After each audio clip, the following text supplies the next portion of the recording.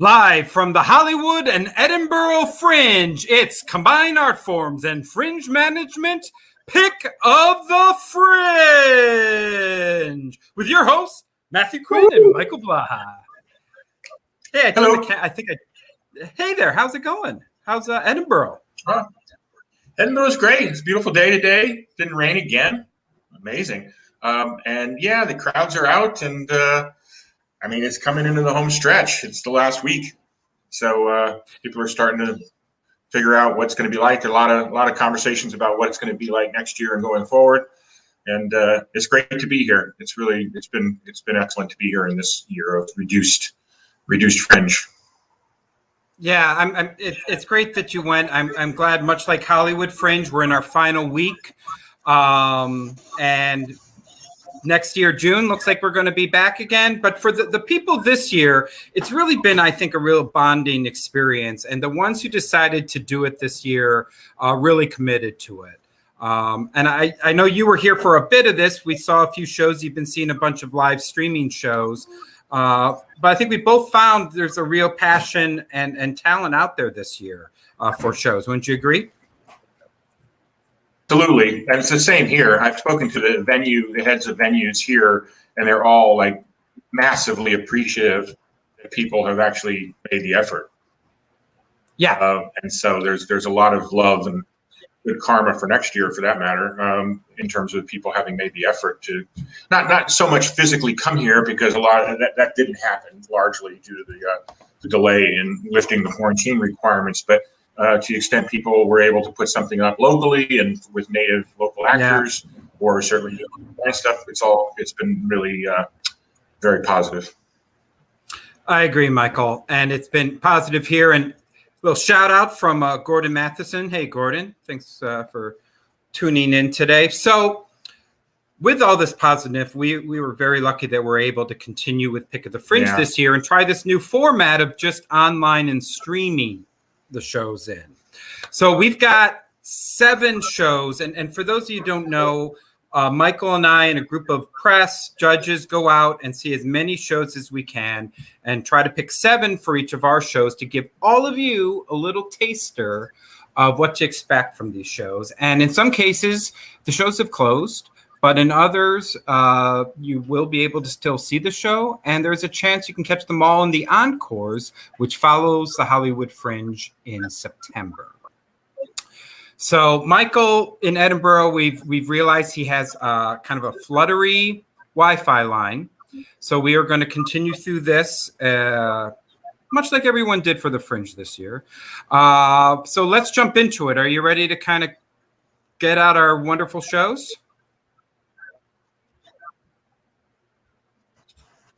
And I'm going to take that as an Edinburgh yes. Let's do it. All right. So you know how to stop your cam, Michael? Remember stop cam? We didn't talk about that. Yes. Do you want me to do it after I introduce, or right before I introduce? Stop cam right now. We'll stop it. I'll bring up the image. Great. Okay. Boom. Go for it. All right. The first one up for this Pick of the Fringe is She Stoops to Scandal. She Stoops to Scandal is an exciting, hilarious new solo show set in the Regency era. If you love Jane Austen, then Scandal is for you. All right. Excellent introduction, Michael.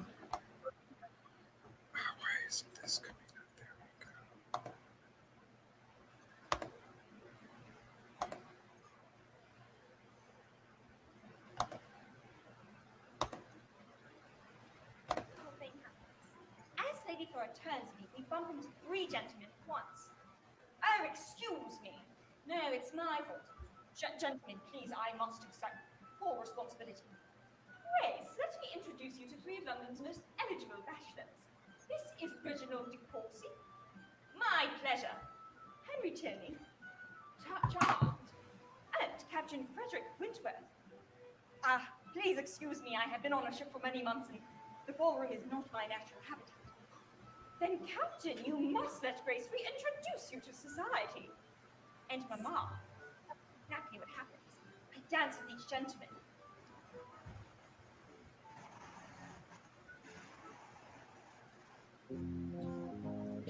hope you are enjoying London. Very much. Please excuse me. I have been on a ship for many months and do not yet have my land legs. Oh, Captain, I think you're a wonderful dancer. Thank you. A woman I once fell in love with told me that. I thought it was a sign I should ask her to marry me. It wasn't. Oh, are you crying? Do you know if Lady Susan will be here at the dance? Oh, I'm sorry, I don't know a Lady Susan. What? Are you new in the city? Not yet here a whole day. That explains it. Everyone knows Lady Susan. Oh, you sound in love. Does it show? I'll have to be in the city for another night. Then I'm heading back to Northanger Abbey. Oh, sounds so gothic. It is. Do you see that woman over there in the white dress? Yes, I see her. Is she looking over here at me? She is. Good. Did you enjoy dancing with all the gentlemen? Well, you didn't. They all seemed distracted. Men can be like that, especially when they find a woman they want to be with the rest of their lives. Looks like you have an admirer. Oh, look over my shoulder. Mamma, it was true. There was a handsome gentleman staring at me with such intensity that I fear I might burst into flames. Lady Flora turns to him and nods. He quickly walks over. Mr. Andrews, this is Miss Grace Martin. How do you do? Miss Grace is recently visiting me after saving my life. Well, aren't you a hero? Lady Flora is so loved in the city that we all owe you a debt of gratitude. Oh no, it was nothing. Now, don't disavow your accomplishments. This is London. If you tell people it is nothing, they will agree. And if you say it is something, they will do all they can to make it nothing. Oh, you are bad. I am. Oh, what is that? That, my lady, is the waltz. A dance the soldiers brought back with them from Vienna. Interesting. Why didn't you show it to Miss Grace? Certainly. Mamma, the handsome Mr. Andrews takes me in his arms. Mr. Andrews! I'm sorry, Lady Flora, but this is how the dance is done.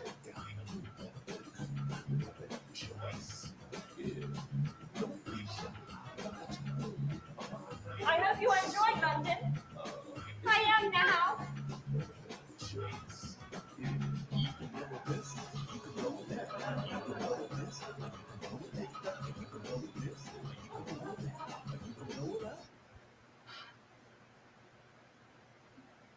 Miss Grace, I hope that wasn't too much for you.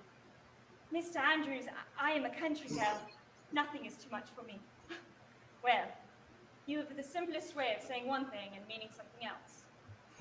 I hope that you will give me the pleasure of calling on you while you are here in London. Mr. Andrews, if it should give you pleasure, then how shall I deny it? Mr. Andrews! You will have to excuse my young ward. She has not yet learned the ways of the city. Nonsense. I like her honesty. It is refreshing for someone to not care what others think.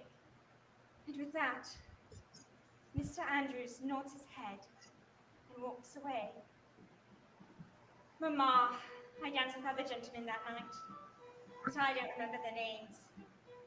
But the waltz, that I will never forget.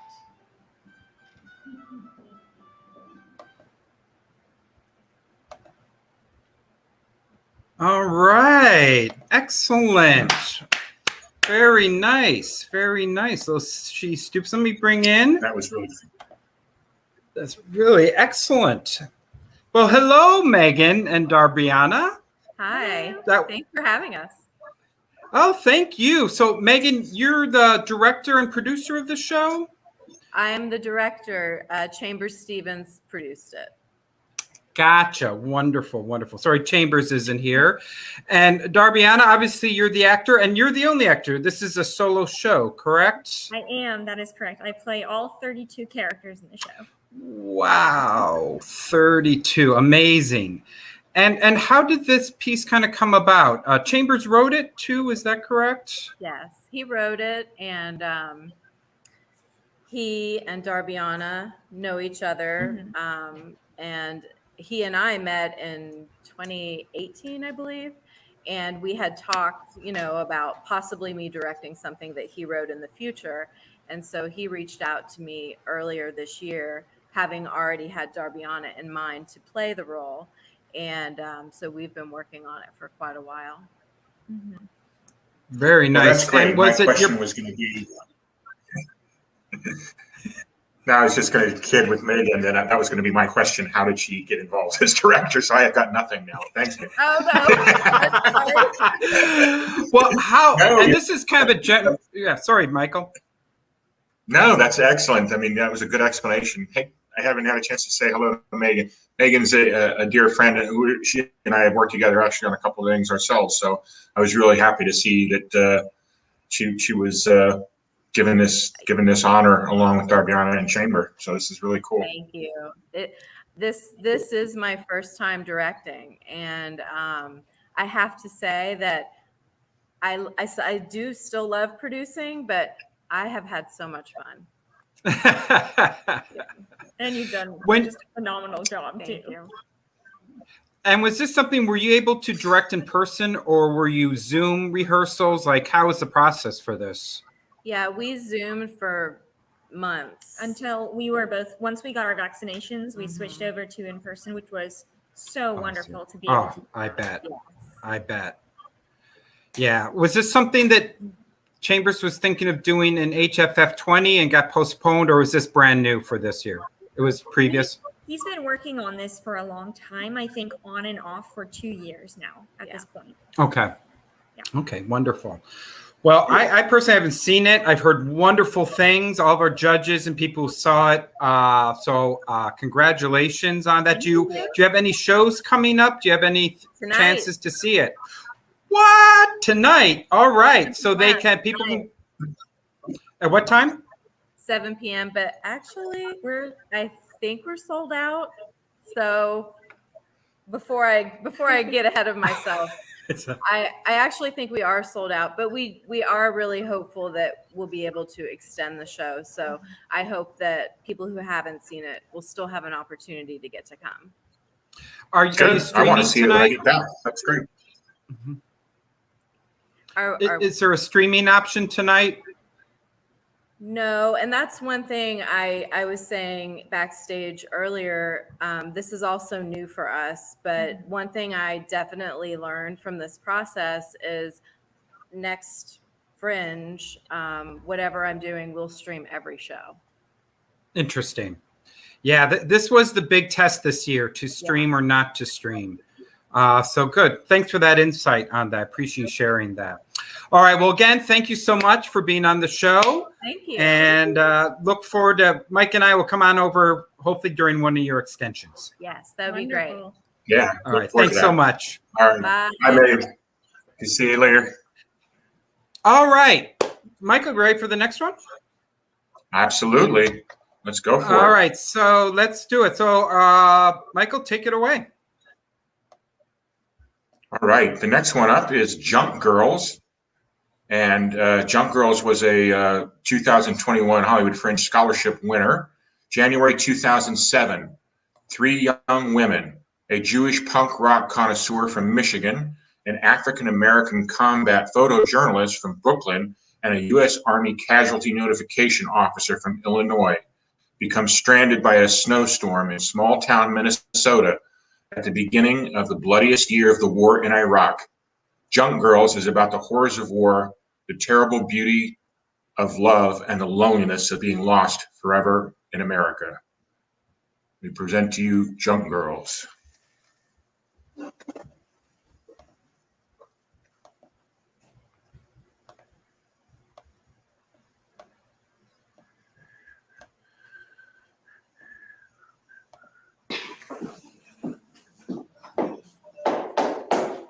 It is 6:35.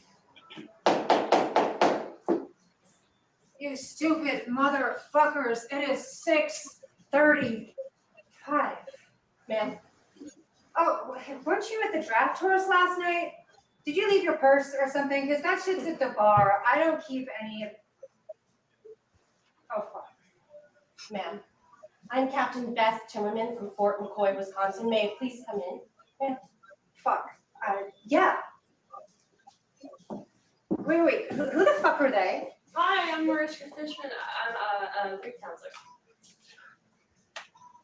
Well, I guess the cat's out of the. Ma'am, the Secretary of the Army has asked me to extend his deep regret that your husband, Corporal Anthony Cipriani, has been killed in action in Iraq on January 4th in the city of Mosul after the explosion of a roadside bomb. The Secretary extends his deep sympathy to you and your loved ones in your deep loss. Okay. What do I do now? What do I do? Ma'am? Stop calling me ma'am. My name is Misty. It's a beautiful name. Is that your birth name or something he called you? It's my birth name on the certificate and everything. My mother is fucking stupid. You said he died when? January 4th. Did you know him or? I did not know him. I'm sorry. Is there anything I can do? No. Hey, what the fuck? Renee, cut that shit out. Misty, a casualty notifications officer will be available to meet with you within the Did you know about this last night? At the draft force? No, I didn't. I did not. When did you find out? My CO sent me a fax sometime late last night, around maybe What the fuck is this? Desert Storm? recollection. Is this procedure? No, it is not. How are you feeling? Are you okay?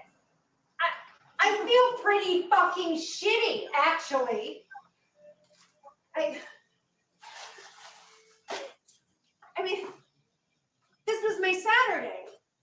I'm in my comfy pants. I have my music playing. I was gonna chill until the bar opened, and Jesus, I left my cereal out. God damn it.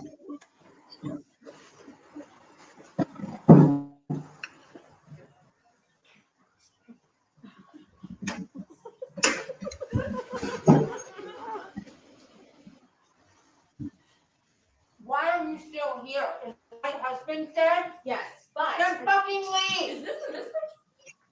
Yeah. That's cool. I'm kind of a punk rock girl myself. I used to like you. Wait, you're a reporter? Oh, and Greek counselor. Feel like shit. And you wrote for the Blood Keys? Really? That's how you heard of it. Yeah, I have actually. Michigan shit, right? Sonic Rendezvous, the Stooges, stuff like Yeah. that. I mean, those were the giants. I covered shit bands who idolize the Stooges, but Michigan punks fall on pretty hard times. Did you ever hear of the Crane Hunts of Serial City? Yeah. Yeah. No. Oh. So, is this a joke? No, they sucked, actually. Did some good concert stuff.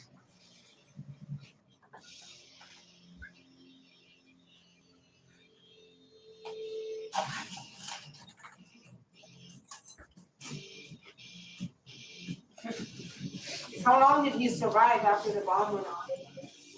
I do not know that. I'm sorry. Hey, you guys don't need to stay or anything. Tony was. I think he was gonna leave me, actually. I was waiting for a call from my divorce lawyer, and I guess I can let that go to voicemail. But for Christ's sake, fucking leave! Oh! You embarrass me. I didn't mean to. You embarrass me, and I'd be mad as fucking hell about it, except you made her feel a little better, so I'm not going to chew your ass, stupid as I was, for letting you along for the ride. Congratulations. I'm not killing you. I'm not. Thanks, Kat. I'm gonna make you a civilian casualty assistance officer. What is this, martial law? Haven't you ever heard of Pose Comitatus? What is that? Some sort of anarchist sex act? It's when Shut up! Okay, I want you to talk to that girl the same way you just did for the next week, and maybe I won't kill you for messing up the way that she found out her husband. Fuck you! It does matter! It is the most important thing in the fucking world. It is an Do you know art? Do you have any idea what I have to do now? I have to start from scratch. My doorknobs, my brief face, my entire center of gravity is one of them with a foobar. It's like a Leonardo da Vinci, and I have to paint that again because the smile is wrong. God damn it! It's like a Eisenhower, and I have to do detail because the map is upside down. God damn it! I am not okay. I'm really not okay. I can't breathe. It's okay. No, it's not okay. Did you fucking get that? It's not okay. Did you stand there like I can't deal with it with it. Like I can't.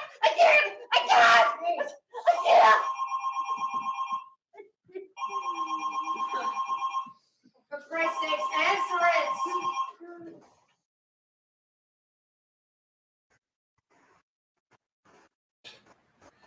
Little on-screen drama there. Wow. All right.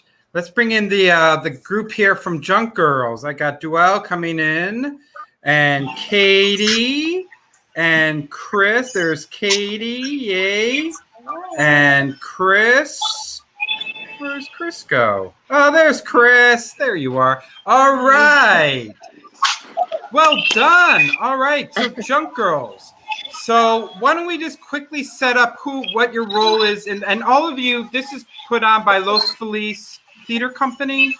Yeah, one of the members was really good about reading plays during the quarantine, and so this started as a Zoom read during lockdown, and then and now it's here in the flesh. That's interesting. I am kind of fascinated by these pieces that use the pandemic to develop and how they developed, and then making that transition to an in-person show. So quickly, let's just go around so we can know your parts and who you're playing and your roles. So why don't we start with Duell? Hi, everybody. My name is Duell Andrews. I play the role of Corporal Anthony Cipriani in Junk Girls. Excellent. Katie? Hello. My name is Katie Jarvis, and I'm singing for the roles of Beth and Jackie. So I do a little bit of Both. Wonderful. And Chris? My name is Chris Quintos, and I'm Captain Beth Timmerman. A really exciting thing about this play is that it's double cast and has really come in handy for COVID. Having redundancy has been really helpful and in our favor, I will say. That's an interesting point. Yeah. Is Los Feliz a company-driven theater? So are you guys all in the theater company of Los Feliz, or do they cast outside? They cast outside. It's new. It's a small thing. It's new for this play. So so that we're the three of us actually aren't like in core members, but the rest of the members they're the ones who found this and during quarantine. Got it. Oh, so that's excellent. Okay, so wait, was the company started during quarantine, or did the company exist prior? It started during quarantine. That's so awesome. So it started in quarantine, obviously, as a Zoom company. Yeah. Reading plays to sort of as weekly Zoom get-togethers to sort of pass the time. So this is the debut production for the company is Junk Girls, it sounds like. Yeah. Otherwise, because then you'd really have been productive if you had another one going as well. That's amazing. I mean, unfortunately, the stories were legion about how many theater companies disbanded during the pandemic, and it's awesome to hear that one actually got started and is now getting something up on stage during it as a result. That's really encouraging and sort of optimistic news. So you guys get extra credit for that as well, aside from being a great show. It's a very hopeful show because of its background in that respect, at least from my standpoint. Yeah, I agree, Mike. And for the actors, how I have to imagine after working on Zoom, it just must have felt amazing to get in person, get back on stage. But I've got to ask, do you think this process of Zoom rehearsals and practicing going to in person, is that something you think the company's going to explore, or is it really just moving into in person now? Well, I can speak for myself in this, in that I actually did not join this play until the in-person rehearsal started. So I wasn't a part of the Zoom readings. And so we actually did most of the rehearsal for this production specifically in person, which was. Oh, you did? Okay. Yes. There were a few days where a couple of us had to chime in through Zoom because of COVID concerns or other situations, which, that wasn't a thing before the pandemic happened. So it's very helpful to have that capability now. But just speaking as an actor who, like all of us, was, stifled by the Zoom world for the past year and a half, that just getting in person again, was just a huge, incredible feeling. And it's been very funny though, because we started we're all vaccinated. We started rehearsals unmasked and we were all in the space together. But as things continued to change, then masks came into rehearsals, and then, we heard about it was very, nerve-wracking, the entire process, because we were just waiting every day. We were like, okay, are we going to be able to do this? Are we going to be able to do this? Because it is the kind of show that we all, I think, collectively felt needed to be in person on stage. It's amazing to have a live stream, but we all needed to be together to have those real connections for the subject matter. So I hear that. Duell, anything you want to add to that? Yeah, like I said, Junk Girls has been an experience that has kind of bonded all of us. Especially, speaking of Zoom rehearsals, we also have rehearsals on Zoom just in between our in-person rehearsals, where we just run lines and we go over so much. And what's great about having the double cast is every night it's something new, it's something fresh, it's from a different perspective, and audiences get to see it from different viewpoints, which is so great. So kudos to our producers, Bree Carter, and our amazing director, Alexandra Lee, who have come together and brought us together. We're kind of like a Junk Girls family now, so we're hoping that everybody will come and see the story unfold. Yeah. And really quickly, sorry to interrupt you, but just at the mention of our director, I think it's a really important fact to let everyone know that our director, Alexandra Lee, is actually herself a former Marine. And so from that personal experience that she has, and that has really made all the difference in terms of the realism of our performance. I mean, we really could not have had a show like this without her.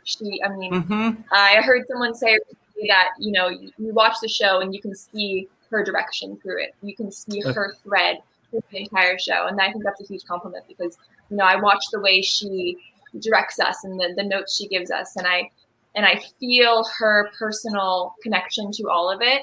And I love that the show has given her that outlet and given us a place to create that for her and as a group.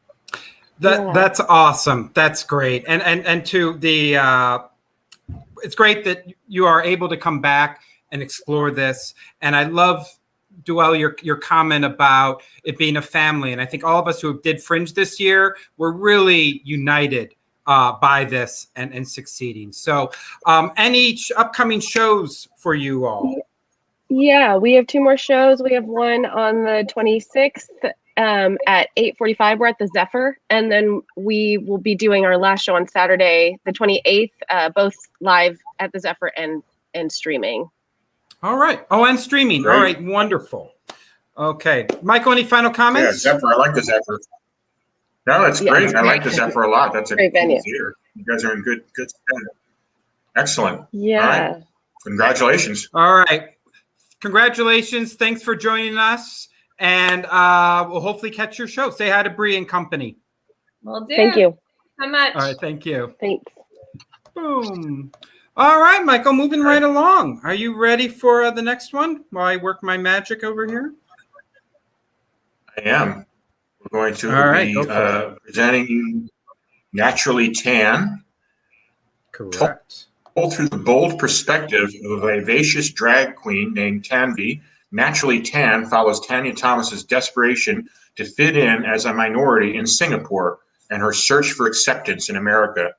Fueled by assimilation pains, Tanya delves into the heart of colorism that plagues the Asian diaspora, the complexities of racial identity, and the consequences of damaging beauty standards. Will Tanya hide behind her insecurities forever, or will she embody her worth as a woman of color, mother, and artist? Let's find out and watch Naturally Tan.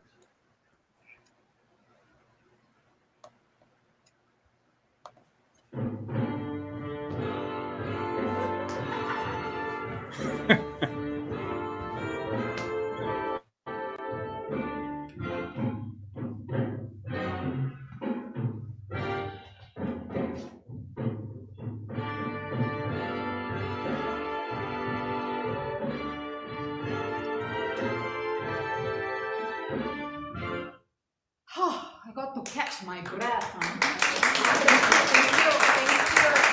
you. Hi, my name is Tan Lee. I'm Singapore's most well-known drag queen. I'm so happy to be here. It took me a long time to get where I am today, you know. I mean, I'm not that old, but for most of the 20th century, it was actually illegal for a man to wear women's clothing in public. But I kept pushing the boundaries, lah. I asked the government, why cannot wear dress? Can I wear bra? Or cannot? Then how? I can wear sequin pants and sequin jacket. Look like Liberace those days. Okay lah, makeup can, but don't wear dress. I used to have to perform my entire show for an audience of Singapore police officers before being allowed to put it up for the public because they thought I was too controversial lah. They worried I say something about politics, race, and sex. Democratic country some more. They scared, but I walked through my fears. And speaking of scared, the girl who came to see Tanya Thomas for this Naturally Tan show flew me all the way from Singapore where she was born. Because she is shame lah, paiseh lah. Got so many things she wants to talk about, but cannot express herself by stepping into her beauty. So she's hiding backstage right now. Here's part of her letter. Dear Tan V, pack your bags, drop what you're doing and get over to Los Angeles ASAP. I need your help. You've been my confidant for so many years, and I've never properly thanked you. Now is your chance to shine on an international stage and help me step into my own light. Please say yes. So of course, as a famous drag queen, I'm the perfect person to introduce her, man. I put on my face and costume, and I am Tan V. I'm too 漂亮. That's Mandarin for beautiful, too brave, and too fight to got grung to be seen any other way. But Tanya's scared, so pay big money, fly me here on Singapore Airlines to perform for you here at the Hollywood Fringe Festival. Must tell all your friends about the show, Have you heard of Singapore Airlines? Don't be playing, It's the best airline in the world. Best airline. They give you these warm towels to wipe your hands. The plane is very clean, you know. The stewardesses all got one look, you know. One makeup palette. All got same body size. Hair got to be some certain way. Make them look like clones. I mean, the branding pretty good, Tanya Thomas, the girl you came to see, actually tried out to be a Singapore stewardess when she was 17. So she could travel the world for a year before she went to college. They call them Singapore girl. She never made the cut line. She was too, how to say, too worldly maybe? Here's how it went. Tanya Thomas, Teo Mei Shan, and Adeline Girl. You're in this next round because you barely made the height requirements. The weight we can fix. But here's a critical question for you to move to the next round. Please state your name and what inspires you. Hi, I'm Tanya Thomas. The world inspires me. People inspire me. I love learning about different cultures so I can grow into this well-rounded being. That's why I'm here. Thank you. Hi, my name is Teo Mei Shan. Food inspires me. Hello, I'm Adeline. I sit outside with the moonlight shining on me. It's very inspiring now. Thank you all so much for your answers.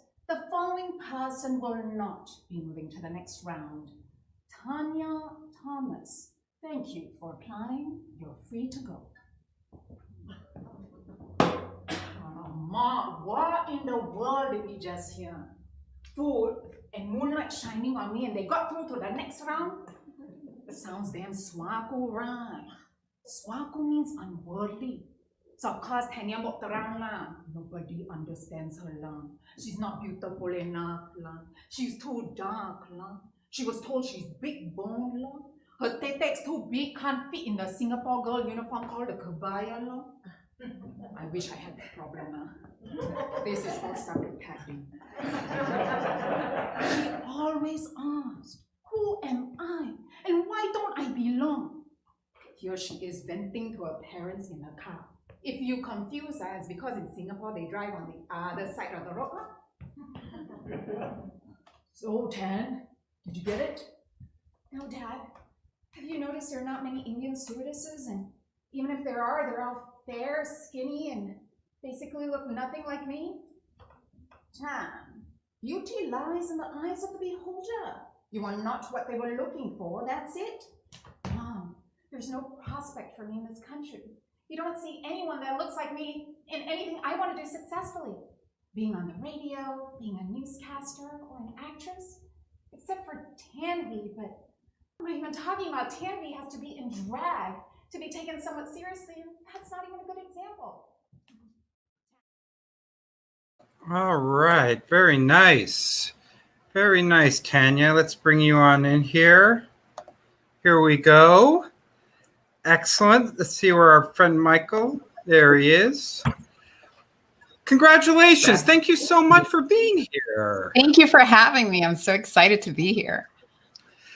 Wonderful. So you, is this your first solo show here? Yeah. Is this your first work? Wow. This is my first solo show. And first Fringe ever. And first Fringe. And wow. Well, congratulations. That's a great start. And I believe your director is Jessica Lynn Johnson. Yes, she is.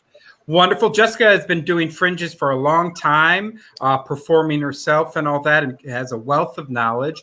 So how was this process for you working with her during the pandemic? You know, it's so interesting. I mean, this started 10 years ago. I started writing this 10 years ago, wrote a page, couldn't do anymore because I was in the thick of it. And, you know, it's 10 years later where I'm in a place where I'm able to talk about something that I thought was not worthy. You know, I never thought it was worthy to be told. So Jessica, when Jessica came into my life, it was maybe a year before the pandemic. But when the pandemic hit, I was homeschooling my kids and I decided to meet with her once a week. And sometimes I would come to her a week later with a paragraph and I would be so embarrassed that I'll have just a paragraph to read to her. And she was so great about it. But just doing that weekly, it somehow formed into a solo show. And again, I was just so nervous to put it out there. You know, this is stuff that I've kept in me for the longest time. And we, you know, I finally had the courage to do a reading, and that's when everything changed because, you know, people were coming up to me after the reading. This was all through Zoom, saying what the show meant to them and how it resonated with them. And this was like people from all walks of life and different backgrounds. And, you know, I was just like, wait a minute, this show is so much bigger than me, you know, and that's what, you know, took this off. That's great. Yeah. Thank you. Well, I think it's the first play I've ever seen that underscores how awesome Singapore Airlines really is, because I agree with that. It is a great airline. It's a great airline, but I think it's the first play I've seen about any Singaporean experience. I mean, for that alone, it's amazing and valuable because it's the essence of you know, hearing voices from other cultures, other countries, et cetera, that we don't get to hear enough. So yes. I applaud you for that. And then on top of it, making it an excellent version of that is even better. Because yeah, it was so well represented. Yeah. Right. It was so hard to talk about my experience without giving all this backstory about Singapore, because really no one knows about Singapore except now with Crazy Rich Asians, which wasn't a great representation of Singapore. So, you know, as I'm talking to people about Crazy Rich Asians, they couldn't really understand where I was coming from. And I'm like, people need to know about this. So that's when my drag queen character came along, because I was like, how do I put in all this, how do I educate people and entertain at the same time? And that's when my drag queen character came about, which is really, you know, she's embodying her highest form, and it's restoring that masculinity and femininity, which is what my story is all about too. So she became that perfect vehicle to talk about everything that I wanted to talk about and move conversations forward, you know? Yeah, so.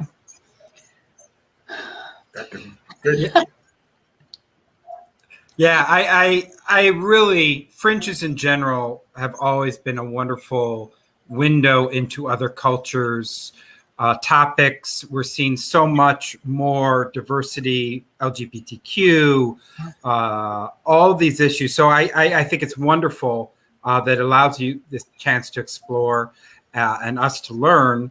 And something that Michael said too, just to call out, and this is true for all of our solo shows today, Darbiana and Tanya and some others that want to be coming up soon. It was a big solo show year. There were, out of the 112 shows, there were 51 solo shows. Wow. More than normally we get in percentage wise. And it seemed like there was a lot of people out there during this pandemic taking the time to cultivate their story and get it out there. And congratulations for all of you here in the studio today, because you really stood out of all these solo shows for representing on really interesting topics, which Michael and I always like. So do you have any other shows coming up? No, I just finished my last show on Saturday, and that was a snippet of the show from this past Saturday. Okay, but maybe an encore, maybe some extension or something? Yes. All right. Putting it out there in the universe. Yes, extension. Put it out there. No. Put it out there. Ready. Yeah. Wonderful. Well, thank you so much for joining us, Tanya. I would get a chance to see it. Yeah, thank you so much. And thank you for having me. Our really pleasure. All right. Thanks so much. All right, Michael, we're moving along. How's it going in Edinburgh? You're just moving this along. All right, here we go. Oh, sorry, I didn't mean to cut you off. It's Pulse of the City. And Pulse of the City is an electrifying new 2-act play written by Ms. Courtney Dominic Comer. Resonates on many different levels. Some obvious, others more subtly, like a haunting that you are not aware of. Yet its presence demands your attention as it continually plays on your subconscious. Ms. Comer has drafted a tableau of multifaceted characters whose lives are blown apart, yet delicately interwoven by the same pulse it beats from. Pulse of the City.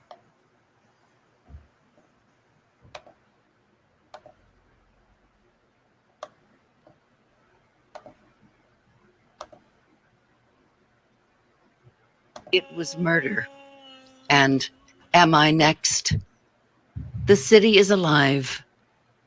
Recycle, lean yet sturdy, stands in dumpster center stage with cart nearby full of tins, plastic, and glass bottles collected throughout the city.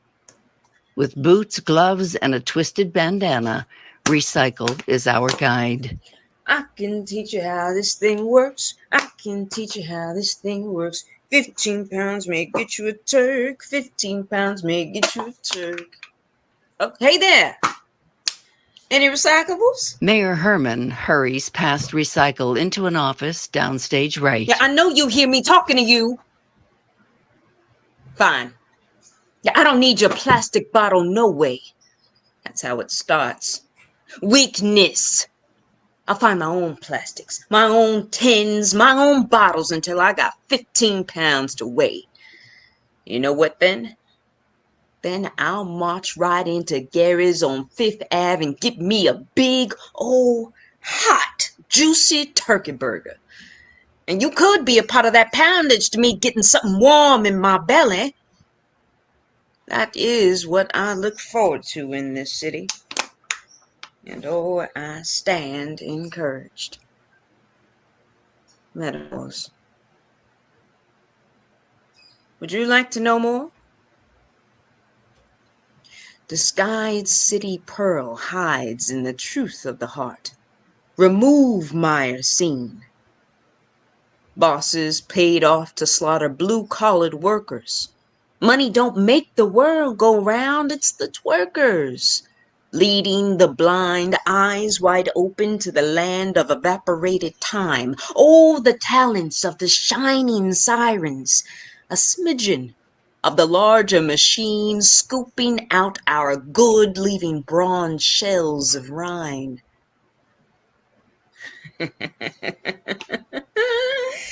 I can teach you how this thing works. Can teach you how this thing works. Recycle exits with cart. Lights shift, downstage right. Act 1, Scene 2, Councilman Cohen's office, day. Look, we're going round and round on this, so let me rephrase. I won't allow this in my city. Why the hell not? I've been through this like a French whore for you. It's good. The city needs this. The district embrace partnership proposition is a complete threat against the Second and Fourth Amendment. If it's introduced, I can almost guarantee we're going to have chaos throughout this city. Have you been outside lately? The DEPP will allow police more control. Who are still furious over that kid getting shot. With all the shootings and protests?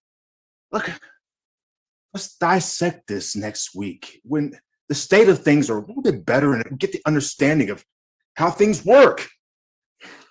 The state of things.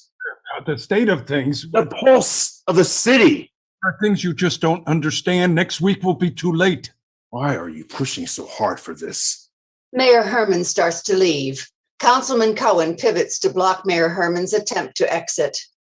What do you think you're doing? Not let you leave. You're not about to hold me hostage in this office all damn day. Either tell me what this is going on here or get the hell out of my way. Now, who got to you? You were the one to roll this out, Herman. There are things you don't understand. Now hear me out for a second. Hear you out?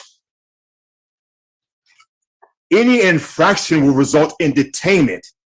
It targets our urban communities. And what? These people with records are going to patiently wait handcuffed while police plant evidence. Any offense that has the element of use, attempted use, or threatened use of physical force against property or persons. I mean, why don't you just say if you're walking down the street and decide to sneeze, you'll be arrested? This is ridiculous. Several cities are rolling out the DEPP in the coming days. If you want to know who, it's the powers that be, the collective. You're the one who came to me, remember? You're the one who said, I want to change this city. Remember? You can't beg for change and not expect the price to go up. I have vetted you for this moment, for this monumental next step for us, for the city. So I'll say it again. You are the one to roll this out.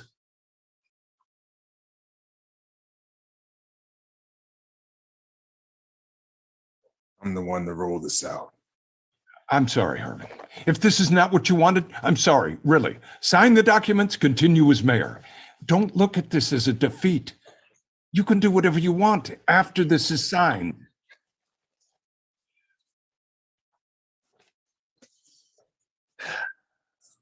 I wanted to keep this pure. I wanted to be wrong about this world. Why didn't you tell me that this is what this is? That there was no way around getting to the top without this? And I was right about this. I hate it. This liberty. This so-called liberty, which is not liberty at all. And I was right about it. I just didn't want to be right. We're done. There'll be no district embrace partnership proposition in my city. You've got the wrong person. Do you understand me? No, you don't understand. Are you stupid or something? You have no say in this. Now sign the damn papers so we can go on about our lives. Councilman Cohen shoves documents into Mayor Herman's chest. Mayor Herman is pulled, then pushes, attempting to break for the door. Just stop this! Councilman Cohen grabs Mayor Herman. A struggle ensues. Would you just stop for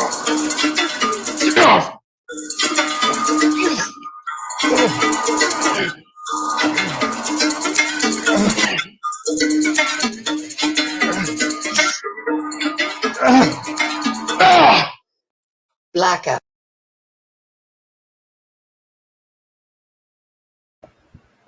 All right.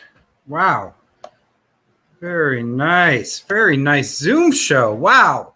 You really that felt really different than a normal Zoom show, didn't it? That was really there. Very sound, audio. Courtney, I'm sorry. Side notes to Michael there. Hey, Courtney, and I think we got somebody else here. Editing Roger. There you go. All right. Well, that looked great. And our first show so far that is just online. It's a Zoom show, but that really felt different than most. Let's start by introductions. Roger, can you introduce your role in the play? Yes, I play Officer Dukes, who is, let's say, one of those police officers who's just a little too aggressive and insensitive and caught up with his own problems to really be an effective and fair police officer. Understood. I hear that. And Courtney. Yes, my name is Courtney Dominique Comer, and I'm the writer and director of Pulse of the City. I also play Recycle. Excellent. Well, Courtney, I have not gotten to see this. Michael did, and he just said there is something about this that really touched him, and he felt the passion there. And seeing the little bit now, it's very impressive what you've done here with just Zoom, which I know can be very challenging. How was that for you to do all this during the pandemic and putting up this show for Fringe? Yeah, absolutely. Thank you for that. You know, I think my biggest concern was with such a large cast, being able to put on a very well-produced show and still be safe during this time of coming out of the pandemic. We're not quite out of it for sure, 100%, but you know, I think my main priority was keeping the cast you know, safe during this whole production. And I mean, it was absolutely, definitely an experience I won't forget. That's for sure. I really like the fact, you know, I did see it, as Matt noted, and I love the fact that your excerpt that you showed us featured Recycle prominently, because I found that to be a really interesting character. It was kind of, in my viewpoint, perception, was sort of the Greek chorus of the piece, sort of almost the conscious of it in a way. And of course, I mean, you performed the role excellently also, which helped. Do you have any plans to try and produce this?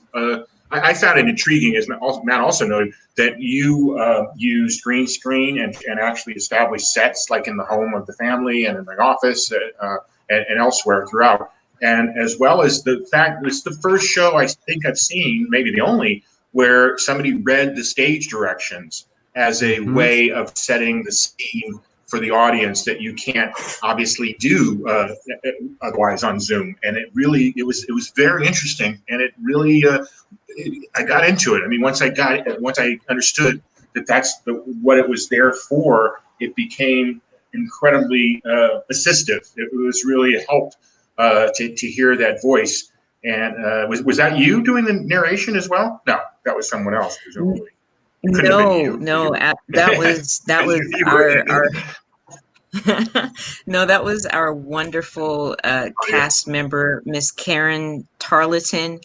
She's a wonderful person and excellent voiceover artist as well as actress, and she lended her voice for sure to the piece. Yeah, thank you so much. I'll definitely pass that on.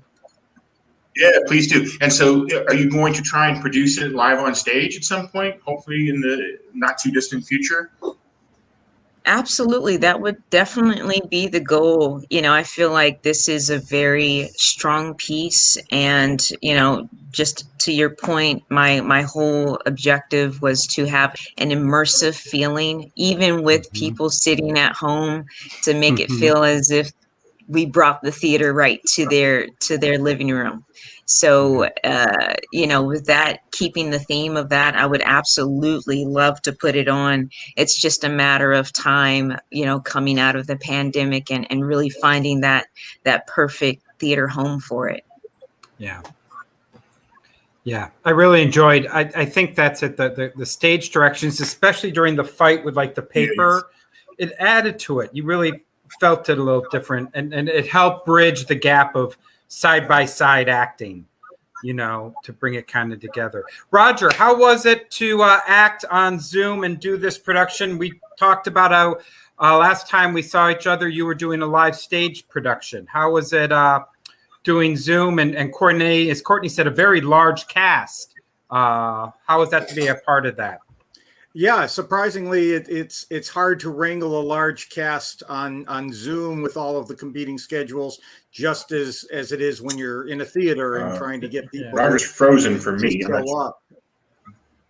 Oh, he's still okay. I got him. Oh. So you're good, Roger. Courtney did something a little different. She didn't kind of approach the Zoom as you would a television show. She kept a lot of the feel of the theater and tried to incorporate things like props and fight scenes that you don't see a lot of people try to approach. But she did it in a very subtle way that let the acting come out. And I think that's what brought kind of that live theater feel to what is essentially a small television screen. Yeah. I think that's well said, Roger, because I watched a lot of Zoom and there was a really nice feel on this. So Courtney, congratulations on bridging that gap. And I do hope in the near future, as more things open up, an in-person version of this exists. But I got to say, having this in the can as a fully produced show that can now be streamed anywhere in the world, that's pretty cool. So congrats on that. Thank you so much. Do you have any shows coming up where people can catch the full production? Absolutely. We have 10 shows left to catch the production. And, I'm very excited and hopeful that we'll get some more seats filled, virtual seats filled, if you will. Excellent. Well, and then hopefully someday in real person seats too. So we'll keep fingers crossed for that. So congratulations to your large cast. And I will look forward to watching the entire show later this week. So that's a great little bit we saw. Thank you. Thank you so much, Matthew and Mike. And, I couldn't have done it without my cast. Yeah. Thanks for having us. Thanks, Thank Roger. you. Thanks, Courtney. A pleasure. Moving along. Pulse of the City. That was cool, Michael. Nice grab there. Yeah. All right. And a really good online one, which was new this year. All right. So we're going to our next one. Yeah, it's just okay, Michael, all right. take it away. The next one up is The Layers of Tom Lehrer. In the 50s and 60s, during the Cold War nuclear panic, mathematician Tom Lehrer became an international comedy sensation. He sang twisted tunes and satirized war, pornography, race, kink, death, religion, the environment, education, and politics, with a side order of elements, of course. Tom was listed in the same Time magazine article along with his cohort Lenny Bruce about a new type of comedian, the sicknick. Ladies and gentlemen, we give you The Layers of Tom Lehrer.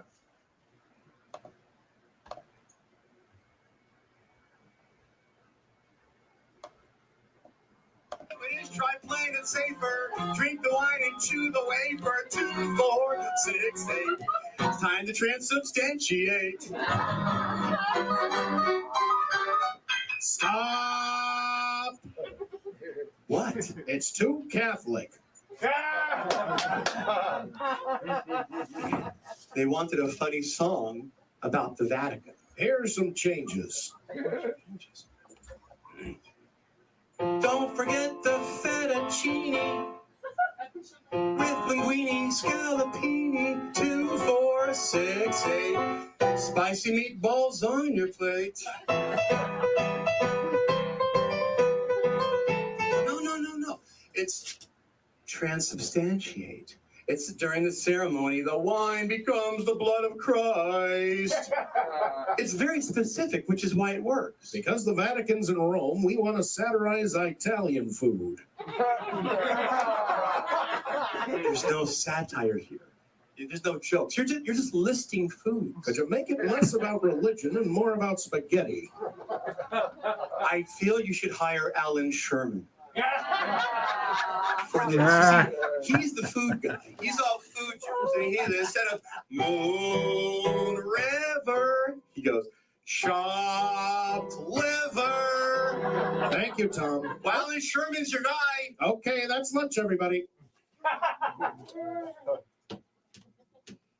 You know, your show's going to be canceled in a month and a half. I've done the calculations. I'm a numbers guy. Harvard, 15 years old. I know the numbers.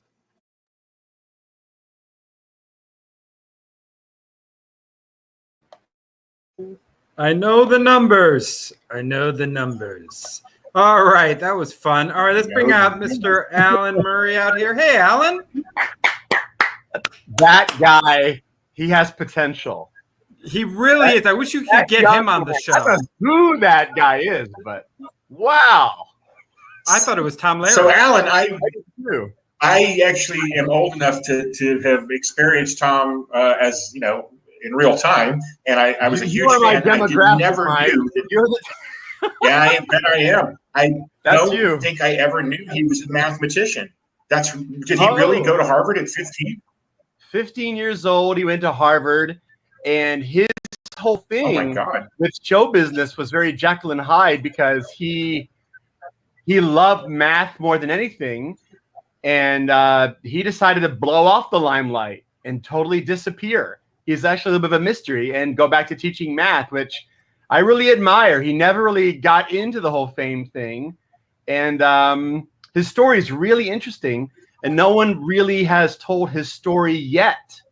There's been shows about his songs only with like review shows, but never the man. And that's why I've always, for years, I've been thinking my pet show, my show that I really want to do is the story of Tom Lehrer because he's really a fascinating individual. So this is it. It's finally happening.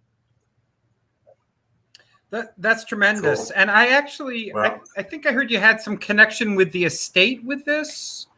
Did you actually talk to them? Well, before we get to that, you know what? Interesting. If people don't know Tom, Mike, all you have to do is say, you know, the elements. There's antimony, arsenic, aluminum, selenium, and hydrogen, oxygen, nitrogen, iridium, and nickel, neon, and then they go, oh, yeah, the Elements song, of course. Yeah. And then it clicks. And then the Vatican rap.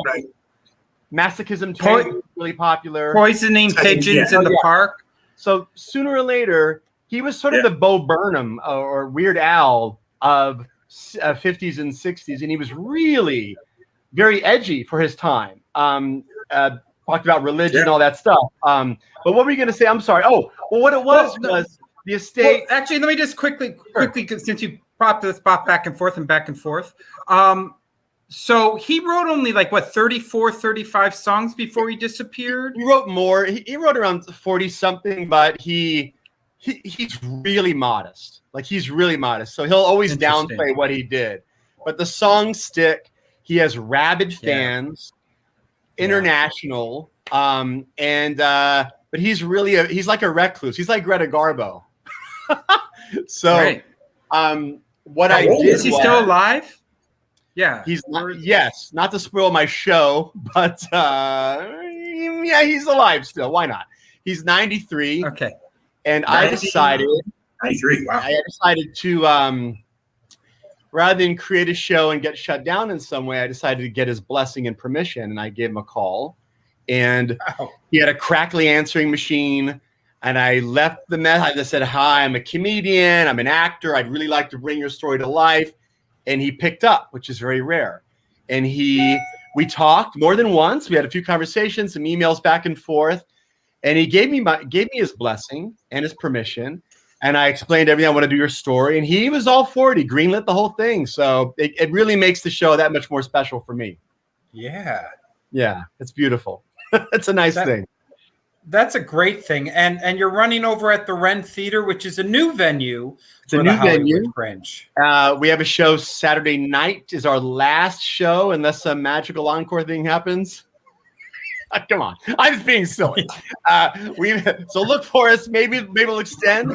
But this Saturday night at 8 p.m. is our last official show. But I just love his music. I love his story. Yeah.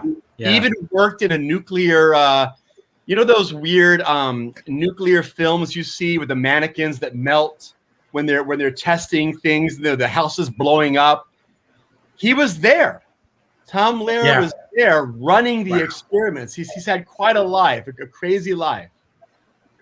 Little shout out to. Wait, were these pornos you're talking about? Wait, what?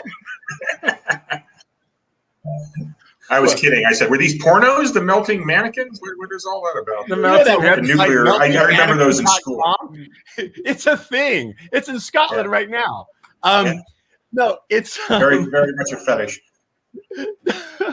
You know when they show the houses blowing up during nuclear war explosions, they're testing right the desert, right, and they do. And my daughter's gonna ruin this. All right, come on in. It's okay. They have this whole nuclear the test sites in the desert. Tom was actually there in Los Alamos, New Mexico, running these experiments, which oddly he found less stressful than show business. He did. That says a lot about what we do, for sure. Right. I also got a shout out from the audience. He was also influential of Weird Al Yankovic and Dr. Demento. Well, Dr. Demento created a little bit of a comeback for Tom when Dr. Demento had his radio show. Tom was a quite often requested artist on the Dr. Demento show. And so, yeah, very much so. He was there. Right. Wow. Well, I can tell you some more things. I don't want to spoil the whole show, though. Don't spoil the show. Some other. You got me. He kept making comes about. He always brought back into the limelight, whether he wanted to be or not.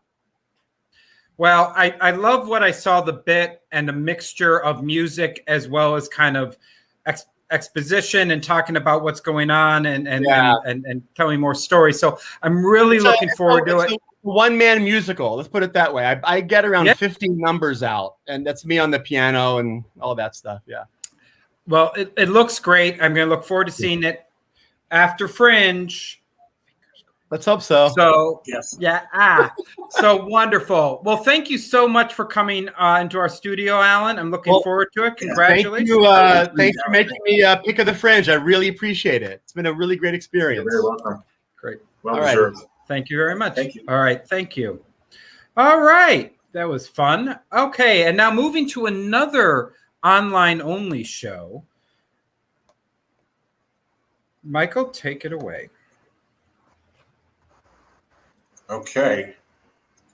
Next show up is Caminos, A Mother's Journey. Caminos, A Mother's Journey is an original one-act play written and performed by members of Teatro Liberado, an up-and-coming Latinx theater ensemble based in Pomona, California. The script is derived from a series of interviews which ensemble members conducted with their own mothers and mother figures in November 2018. Then they translated those interviews from Spanish to English and interweaved them into a script.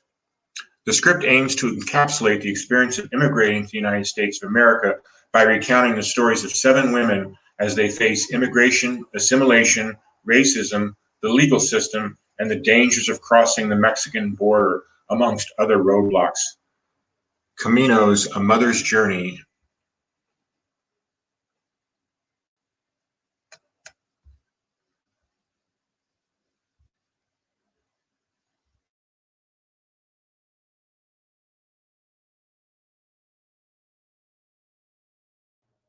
And I didn't know her. Before turning in my keys, I kneeled and I began to pray for them again.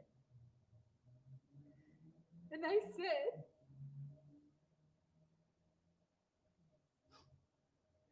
Dios, protect my kids. Take care of them because I am giving them to a person I do not know.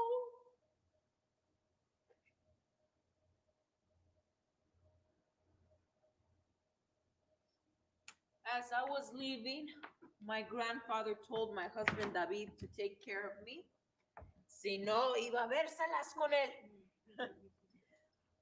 I was worried about leaving my grandfather because he was already much older. And I thought that I would never see him again.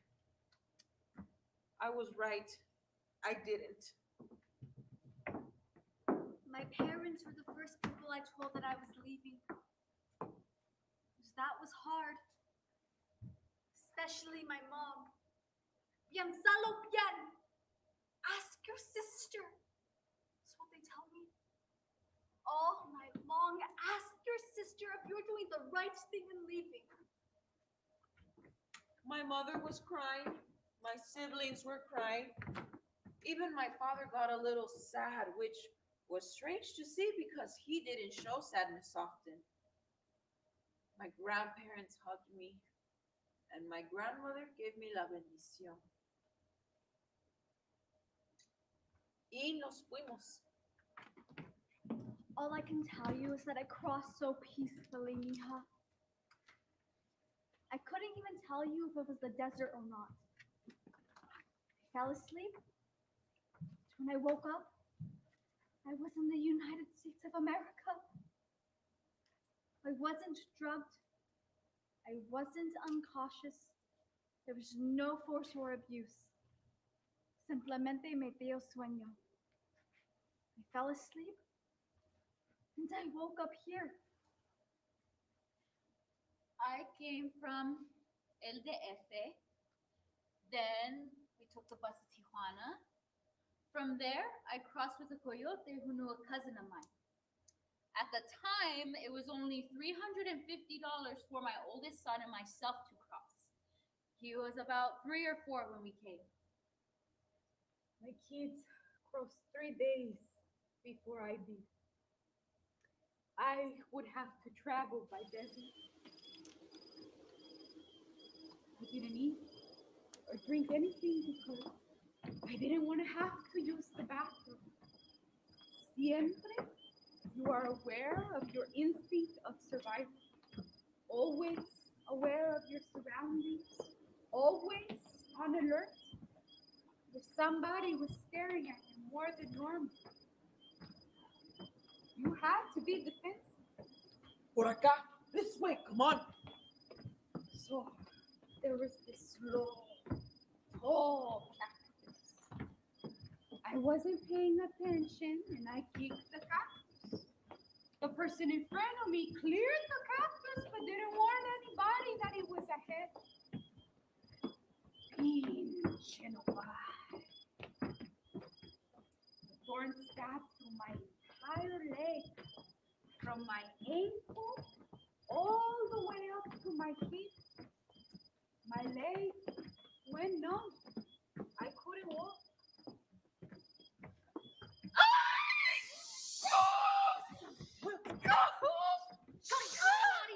We can't slow down. The daytime is very hot. We have to go as far as we can tonight. No, just leave her here. We're all gonna get caught for one person not looking where they're walking. You guys have to keep moving. You know what? Just leave me over here. Any minute now, pasa la migra. And then just take me back. That's all that's going to happen. They'll arrest me, and that's it. No, Get up. Vienes conmigo. What? No, just leave her. Nosotros también te pagamos buen dinero. We paid you and you're letting her risk the whole group. Just déjenme la botella. La botella de agua and a blanket or something. Aquí me quedo. At that moment, what went through my mind was that my kids were already here in the United States. If I didn't cross, I wouldn't get to see them. I have to get there to see them. But I can't slow these people down. It isn't fair. Mira, I have specific orders to get you across. Amárrese bien los pantalones y camina ya. You are going to get there or I have failed at my job. I don't know what I did to forget about the pain and the numbness. But I just kept on walking. I forgot about everything. I either stay here and die or get sexually abused like a lot of women who attempt to cross the border do. And I stuck it up and I walk. So I walked. Suddenly, there was a helicopter flying over. Everybody started running and I just scattered. I hid under a bush until it disappeared. You have to remember to be careful with snakes.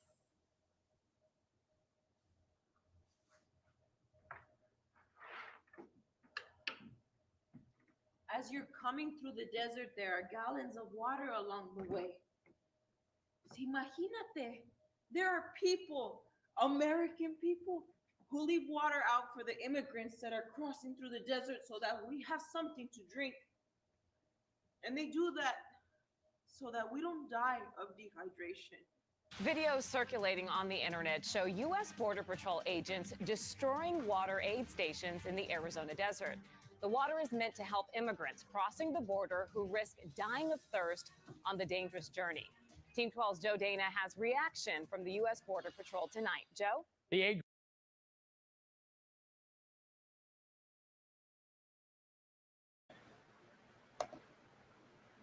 Okay, let's bring on Adriana. Hello, Adriana. Hi there. Very powerful piece after coming after Alan and Tom Lehrer. Very nice. Let me add Michael. Hey, Michael.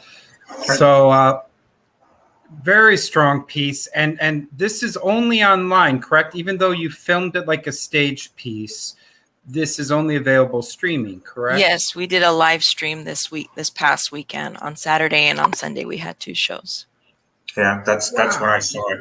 Hey, Adriana, I want you to please extend my respect and thanks to Larry and Yane and Rebecca. I was blown away. I thought it was one of the better. I've seen hundreds of Fringe shows, and this is definitely one of the better Fringe shows I've ever seen. It was so well done.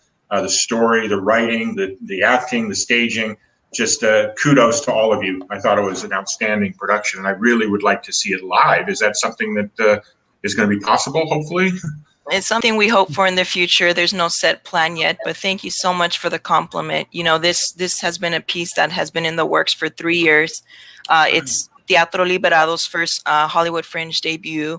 It's a lot of our first Hollywood Fringe debut. And, you know, there's a lot of heart in this story, and it really was a community effort from, you know, the theater members building the set to, you know, rehearsing in Larry's backyard and building the set in his backyard together. And, you know, the School of Arts and Enterprise in Pomona loaning us equipment, and then our friend letting us use the theater space that we did the show in. It was, and, you know, mother's prayers. But, you know, I think at the core of it too, it was not possible without the vulnerability and the willingness of the mothers and the mother figures who are the stories, the true stories of this entire play. I really appreciate that compliment. Thank you.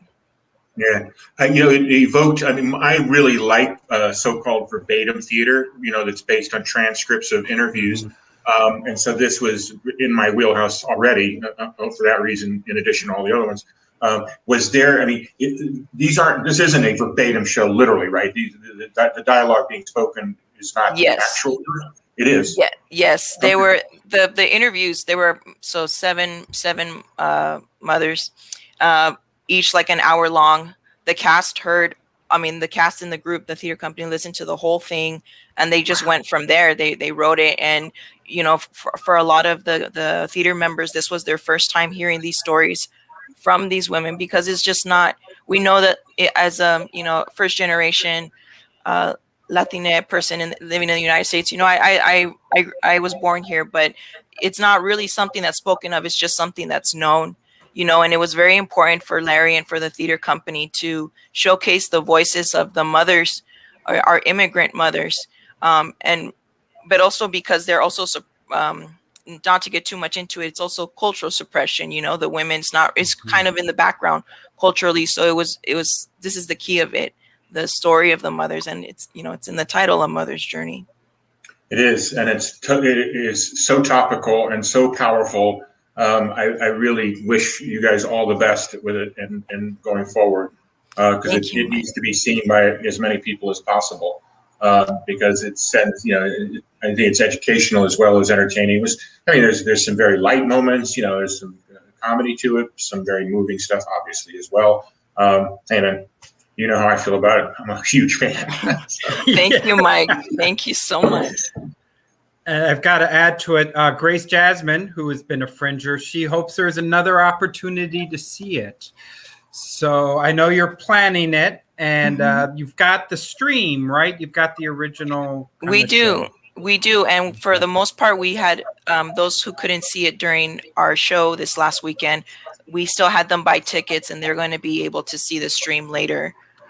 Virtually. I'm not sure how to set that up now on the Fringe Festival site, but I mean, I could talk to Larry and see what we can do. But yes, we do look forward to possibly doing more in the future, more shows, or even just streaming it, sending the stream out. Right. I think that's brilliant. Grace is all ready to sign up. So there's one new ticket sold. Awesome. But I am really looking forward to seeing it. I will be in touch. It's in general about trying to see it, but congratulations. This looks like a very heartfelt, very special piece. Thank you, Matthew. Thank you, Mike. Thank you so much for having us too. Welcome. We're very honored. Yeah. Our pleasure. Say hi to Larry. Congratulations to everyone. We will. Thank you. Okay. All right. All right. Okay. So, Michael, we are up on our last piece. We're closing out with a musical. We're closing out, but that's how we do it with the Monster-slaying show. Hero. Yes. So I'm going to go ahead. Are we ready for this? Make sure I'm pronouncing this right. Yeah. I'm ready. It's Gideon and the Blundersnorp, a stable hand who wants to be a knight, a noblewoman who wants her freedom, and a monster who wants to eat them both. Gideon and the Blundersnorp is a witty musical set in a medieval fantasy world. The plot concerns a stable hand and highborn noble girl teaming up to save a royal cavalier from a rampaging monster. The theme of the show is, are our futures determined by social class, or can we create our own destinies through choice and action? Let's find out and watch Gideon and the Blundersnorp.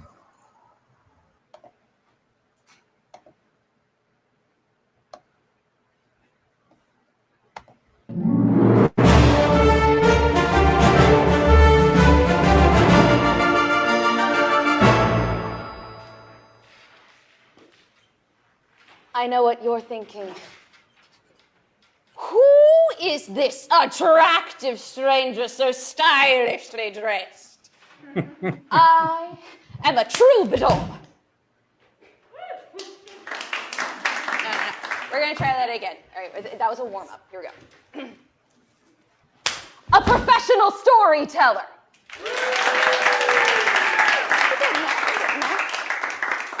And if I know one thing from experience and the sound of that applause, All of you are about to fall asleep, especially this guy over here. Doing okay? You know, if I'm to prevent that from happening, my story needs certain important qualities.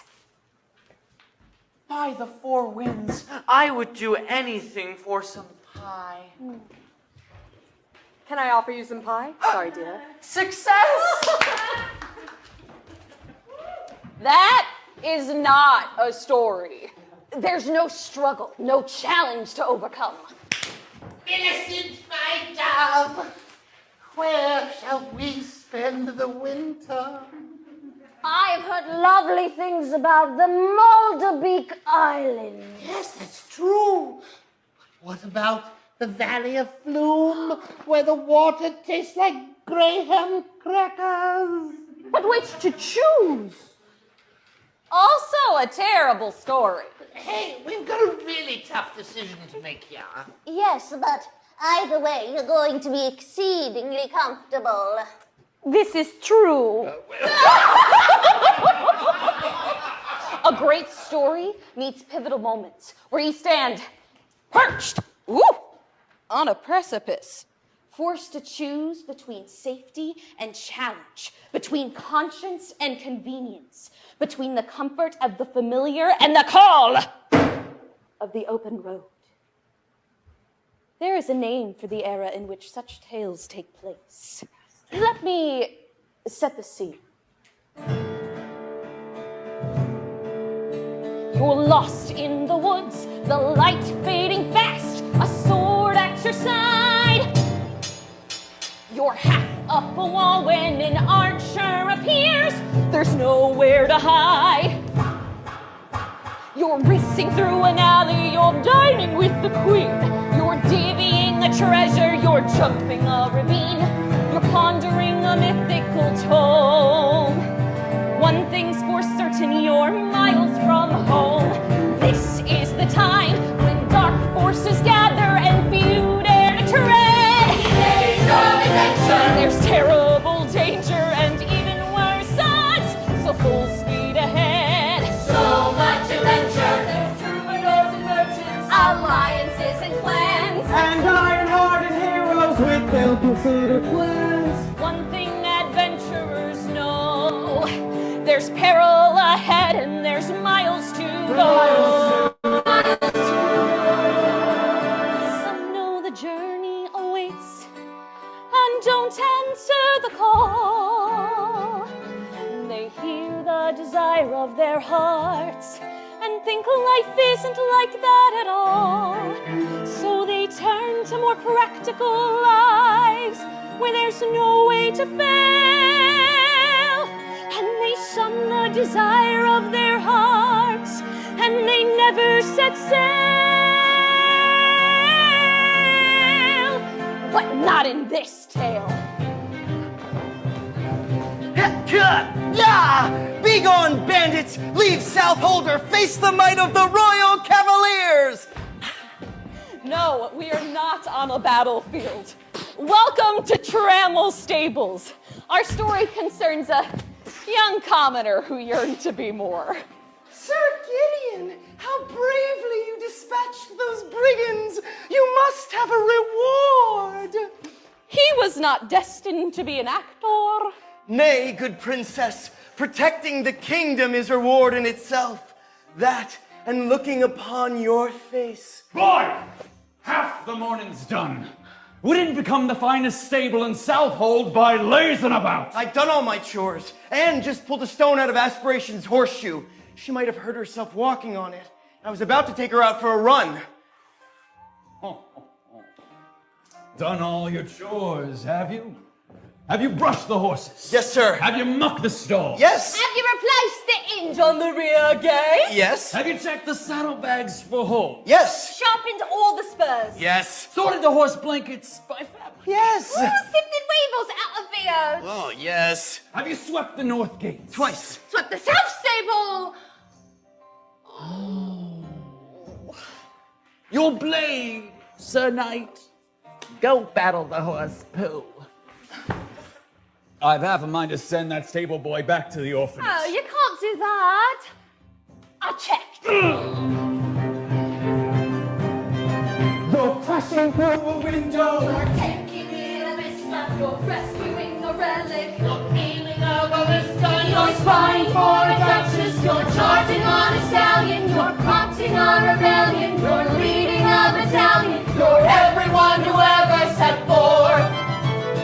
If you can feel that there's something within you that yearns to be free, join the adventure that hungers for challenge and yearns for the journey, then just follow me. Large quantities of adventure. You're riding off at daybreak. You're sailing with the tide. The part will seem forever of dangers you defy. I can't say how long that will be away, for once you arrive here, you might want to stay. You're running an embargo. You're navigating canyons. You're disregarding orders. You're gathering companions. You're sailing through a tempest. You're reveling in wonder. You're running for your life as the cannons start to thunder. Your quest is underway. Your legend starts today. Get ready for the age of adventure.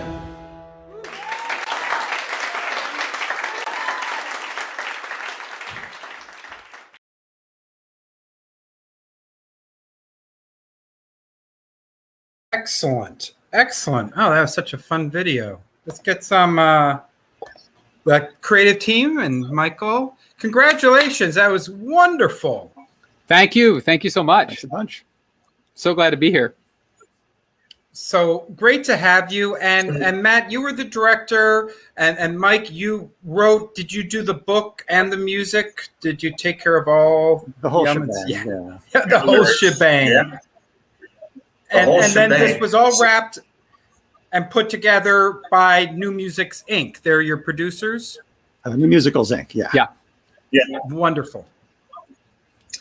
And Mike, I have to ask you. So this is the. What is your? Why are you so able to write for a youth audience? You think? I mean, Bully Problem was kind of a young adult, YA, or if there's an equivalent in the musical theater world. And I think you've done a couple of shows even before that. And this one also is very family friendly and would, I think, make kids giggle and Hopefully adults too. Yeah. A lot of giggling. I think every artist has a space where they naturally kind of reside. And for me, that seems to be this kind of whimsical, plot-driven, but whimsical and life-affirmative kind of musical. That's just what I seem to enjoy doing. So I try to stick to my guns and write the things that I can write. One of the things that was very impressive. So no, we're not going to be seeing any dark. Well, yeah, it was a Holocaust metaphor, obviously. Sorry. So the That's subtext was there.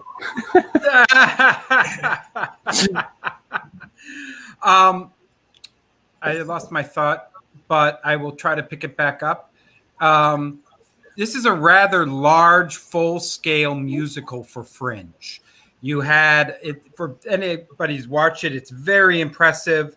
In fact, one of our people out there calls out Michael did an awesome job. I love his lighting too. The lighting was amazing.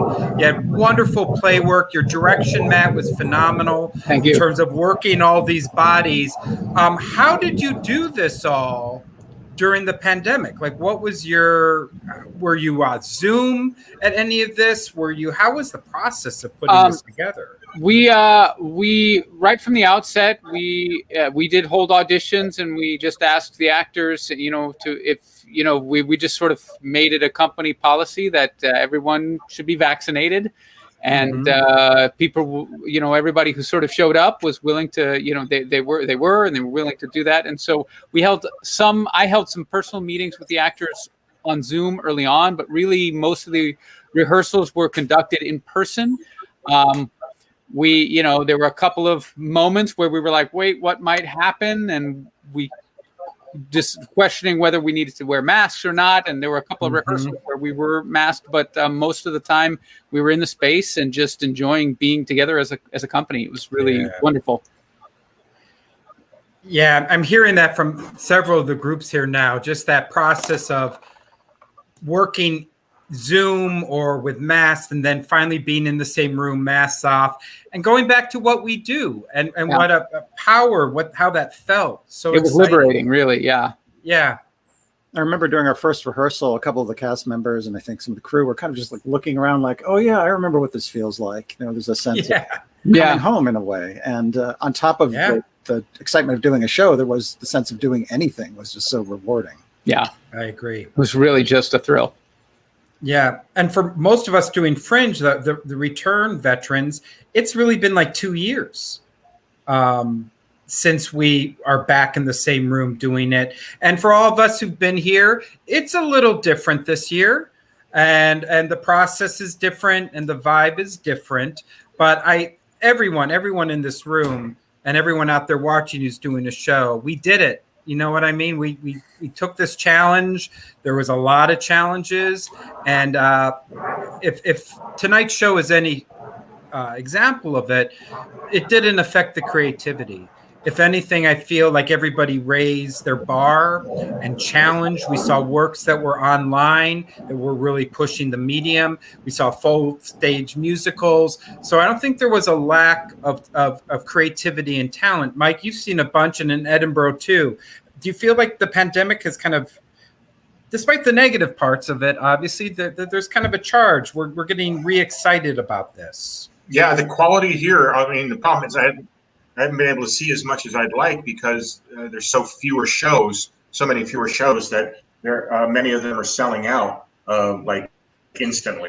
It's actually hard to buy tickets to a lot of the live shows here, which is good, but that it's really the math. I mean, there's fewer shows, and those fewer shows have smaller audience capacities. And so instead of playing to 150 seats, you're playing to 50 seats, and you're one of 10 shows in the building instead of one of 50 shows in the building.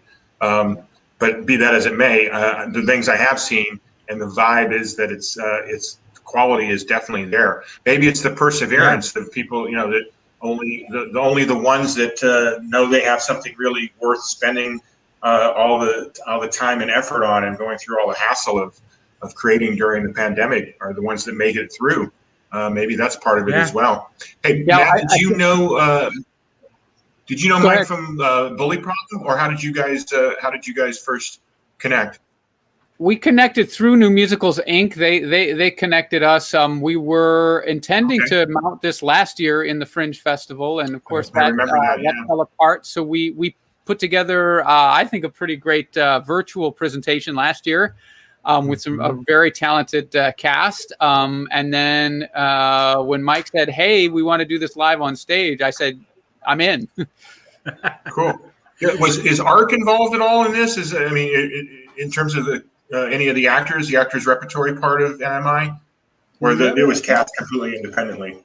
Not directly. I think there might have been some in our Zoom version that happened to have some NMI experience, but we ended up starting afresh just by coincidence, and by scheduling, we weren't able to work with the same cast again. So we kind of set about on our own to find a brand new cast this time. Yeah. Oh, that was after the Zoom version? That was after the Zoom version. Exactly. The Zoom version was interesting because we were able to cast from all over the world. We had several new actors in New York and whatever. And then, of course, we had to change that. We had to have a local version. And so, it really ended up being, I think in every case, a brand new cast. Fortunately, there's enough musical theater talent here in LA that you can cast a show like that. You can do that. And interesting. Still do very well. I absolutely agree, Mike. And also interesting, I think there were only 10 musicals this year. I think it was a very small amount because I think the challenge is, so kudos on bringing all that at a challenging time. I know musicals are challenging. Yes, there were. And I will say you also got another ticket because Grace is all excited to see your streaming show this weekend. All right. Thank you. That's wonderful. Thanks, Grace. Well, thank you, Matt and Mike, for joining us. And I'm warning everyone out there, I'm about to turn on your cameras. So get ready. I want to bring out all of the team, everyone, all the pics of the Fringe from around. Wow, here we all are. This is great. thank you all for coming out here. It really, I know how challenging it was, and you should all feel very proud of putting your work up in this time. So let's all give a little curtain call wave. I'm going to do a little picture here. Yeah, I think this may be one of the best programs we've ever had. So I agree, Mike. I love the range of shows. We'll take it. Yeah.